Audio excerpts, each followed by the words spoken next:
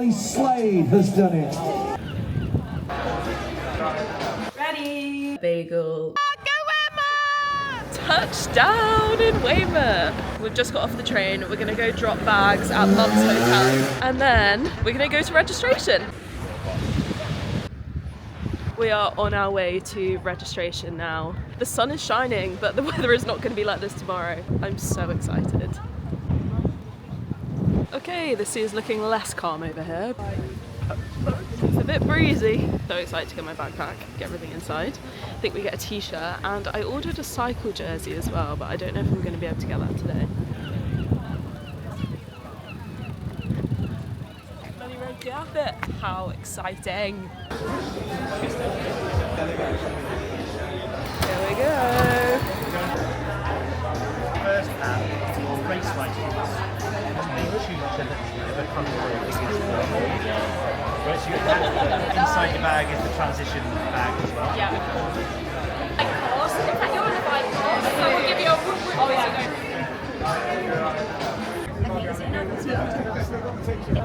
Patterson, come on, we must be close. Oh, no.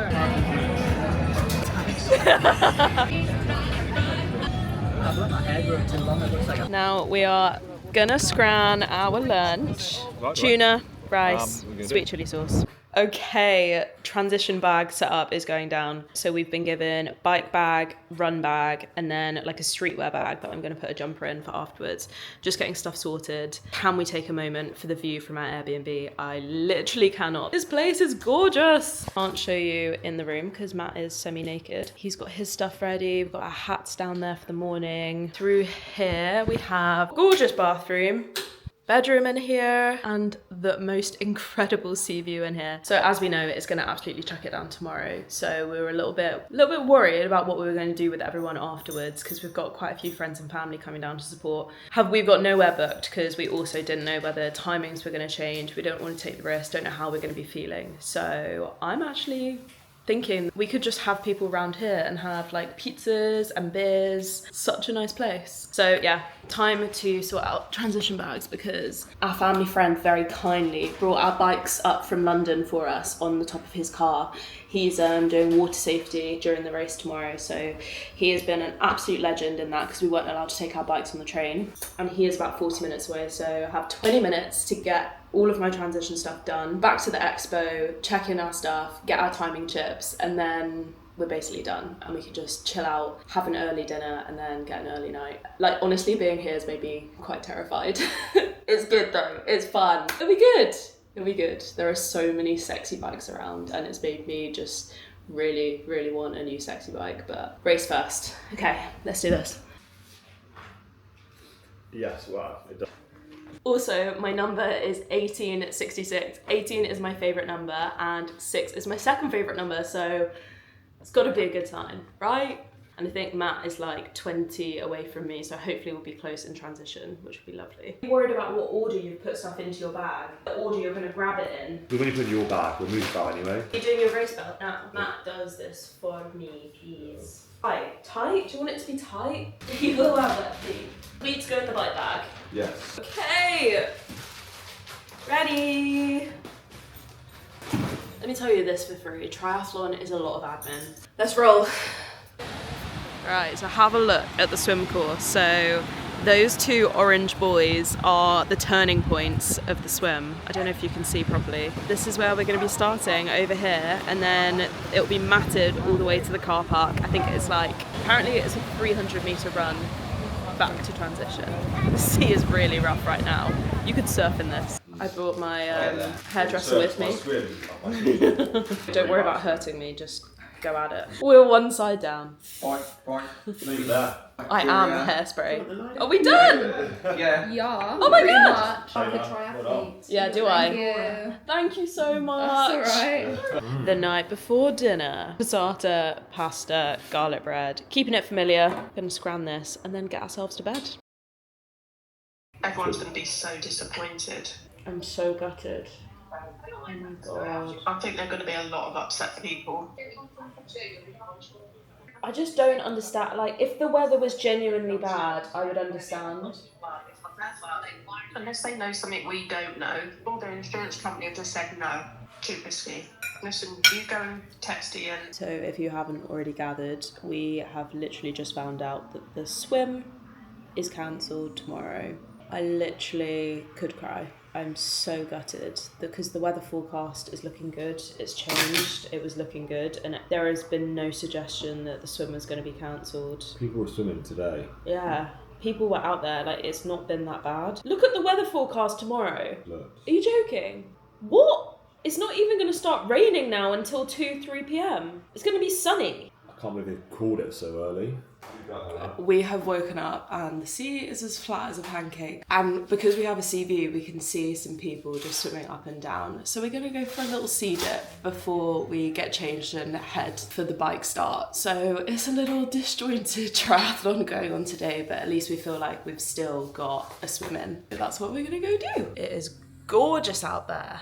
Super still, super gorgeous. Guys, we did the swim. That was honestly the most stunning swim of my entire life. I'll put some photos and clips in right now. 35 minutes! Did it! Yes! Swim of my life. Oh my god, amazing! It's gorgeous. I'm so glad you did it. Oh my god. We did it! Beautiful morning. Oh my god, it's amazing. What a shame. Is that him out there? Happy. Just out there. Yeah.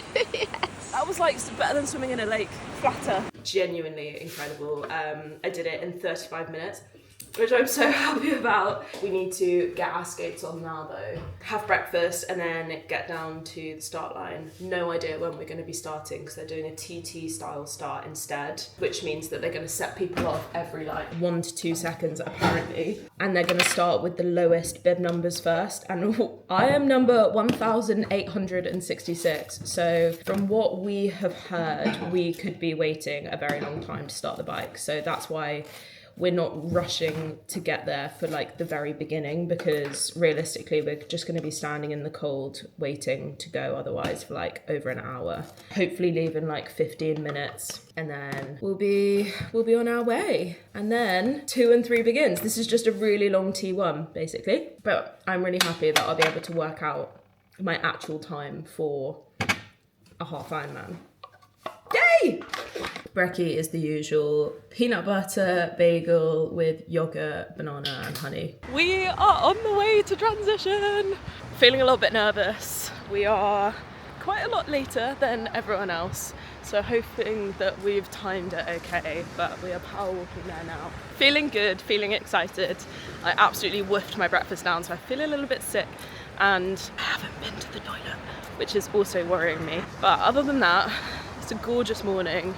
Hopefully the weather stays on our side for majority of the bike. We'll see. Yeah, really excited. Go Emma!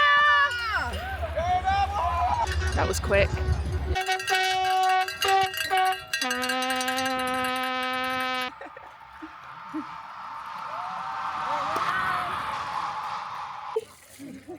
Tea, coffee? Keep going. Go Emma! Go Emma! Go Emma!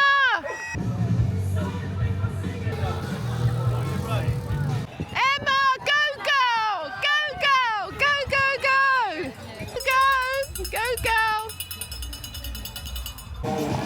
I've not noticed. I was just going to say, you look brilliant. Who have we got here? We've got Emma! Patterson. Brilliant running, look at that. Keep going, guys. Brilliant, brilliant, brilliant. Simple as that. It's Weymouth. It's Ironman 70.3. Charlie Slade has done it. So has Alice Mange. Pauline Green. Henry Topping. Sam Blackmore. Well done to each and every one of you. Graham, look at that. You've come across the line, top man. Kira. No, we're all right. That's good. We'll carry on. Brilliant. Do you like the new fashion item I've got?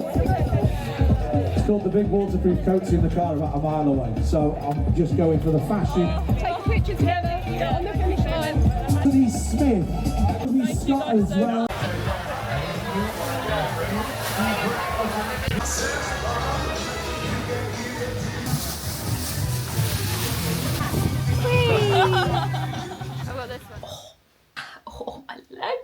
This is present Emma from a week ahead of the race. I have been meaning to sit down and do a proper race recap because the video is quite hectic and all over the place, but I've just not found the time until now. What a day. What a day. Unbelievable. We had the best time ever. It was just everything and more.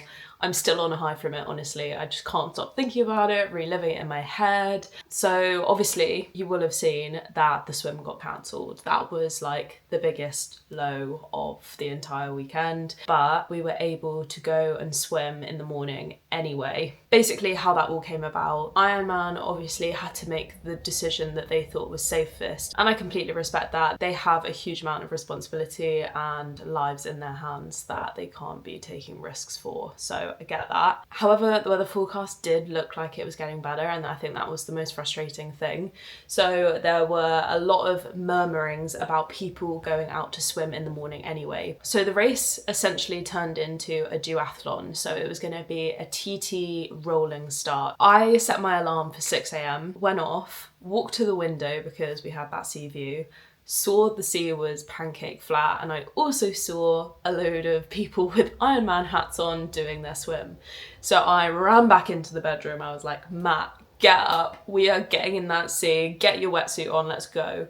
We didn't even have breakfast, we just got out there because we had set our alarms for later, thinking that we were just going to go straight to the bike start, and now we had to fit in a 30-40 minute swim. So I got Matt up at 6:15, and by 6:25 we were in the sea swimming and we did our swim. It was incredible. I have never experienced a sunrise like that, and definitely never swum in a sea so calm before. It was honestly better than lake conditions, so my swim was amazing. Granted, I didn't have the whole race conditions of like people splashing and kicking, but equally I didn't have anyone to draft off, so I feel like they could potentially have cut themselves out, and I think it's probably a pretty accurate swim time. So anyway, didn't take anything down to the beach with us. I just texted my mum saying, we're going swimming, come down to the beach if you want, and then we're gonna run back home, eat, and then run to transition, which was a solid 20-minute walk away because we were gonna be so tight on time. Looking back, I feel like it should have been such a stressful start to the morning, but the whole logistics of like getting there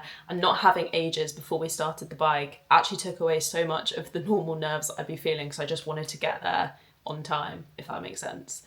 Anyway, so got out of the swim, came onto the beach and saw Mum, bless her, standing there with her coat. I forgot to take a towel, so I was freezing. I literally ran back to the Airbnb, took my wetsuit off, put my tri-suit on, scoffed a bagel, got out the door, was feeling so smug, so chuffed with ourselves. You'll see that video that I took when we were walking to transition, and I was like, yay, let's go, that swim was amazing.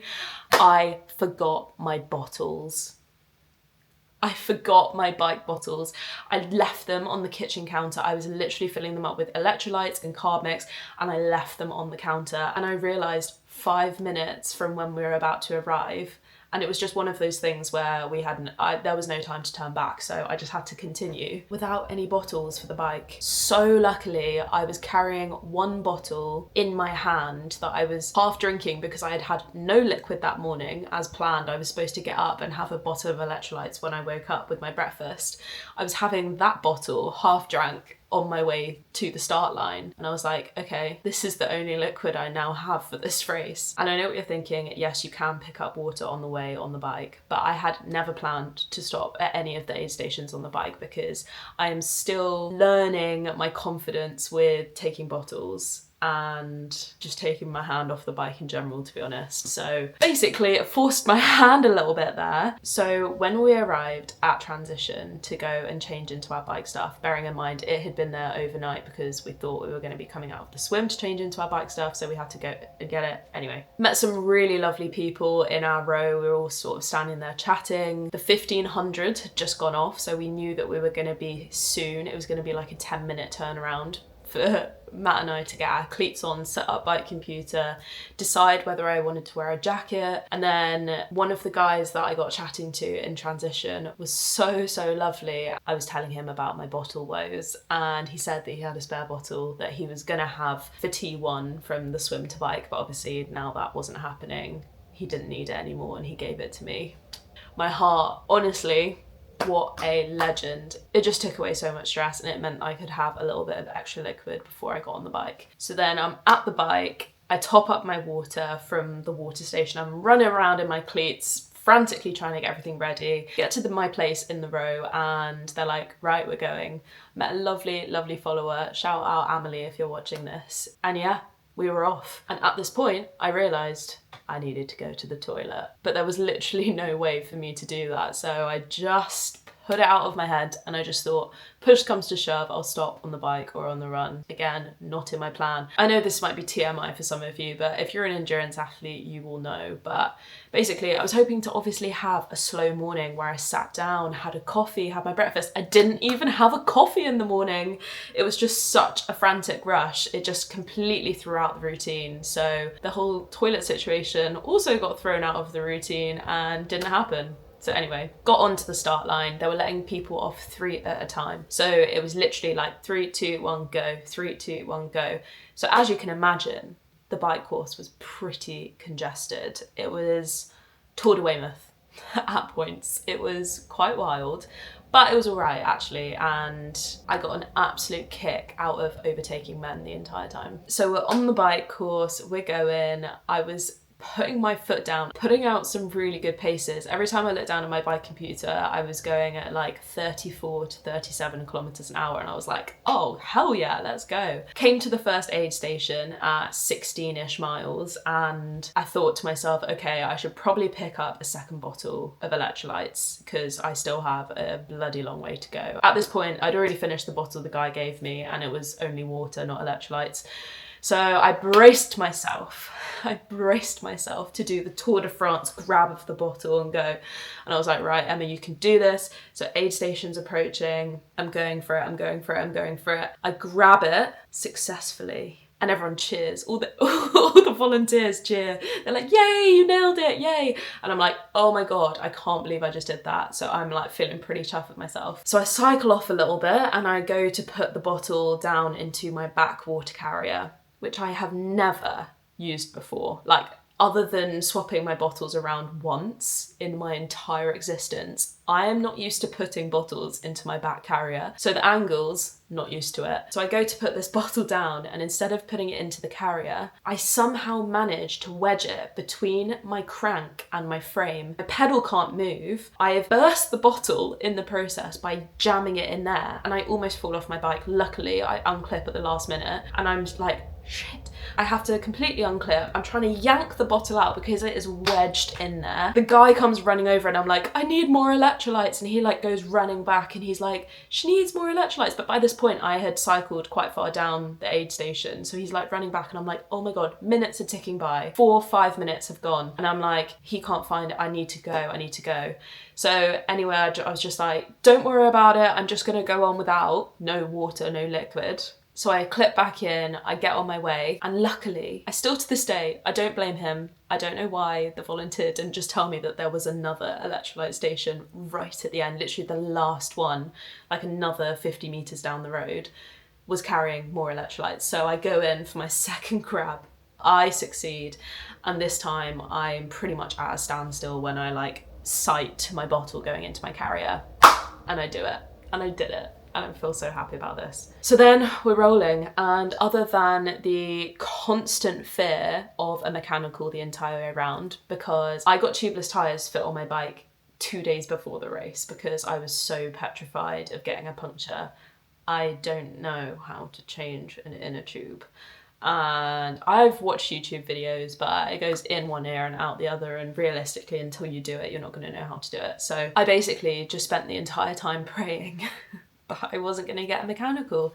And there were quite a lot of people out there that were like on the side of the road doing theirs. Thank goodness I was okay. Lesson for next year, make sure that I'm confident in changing tyres, because it is just a worry that you don't want in the race. Obviously no one wants to get a mechanical, but knowing that you can fix it in a good time is just something that I want to have in my arsenal. So bike went so well, I ended up doing it in 3 hours and 11 minutes, which is crazy. I was just shy of 30 kilometers an hour average, and if it hadn't been for that stop at that first aid station, I would have been much closer to it. But anyway, that is the nature of racing. Anything anything could have gone wrong. So get to T2. It is a humongous run in my cleats to go and re-rack my bike and get back into the tent. That was honestly the hardest part of the entire race, I swear. Got into the tent, got changed, took my gilet and arm warmers off, which were fantastic decisions to wear because it was so windy. And I would say by the last 10 kilometers of the bike, the weather was really starting to turn. So this storm that they had predicted was rolling in. So I did really feel for some of the people that were out on the bike course longer than me because those crosswinds were getting a bit gnarly. So yeah, got my runners on, got out there, and the first few steps of the run, I was just like, why do I feel so good? Why do my legs feel so good? I just thought to myself, okay, take it easy. Like, this feeling might stop, it might get hard. Keep it steady, keep going. And for some reason, it just felt fine the entire time. It was crazy. I was holding a 4:45 pace most of the time, which is unheard of. I've literally not averaged less than 5-minute kilometer run the entire training block. So I don't know where this came from.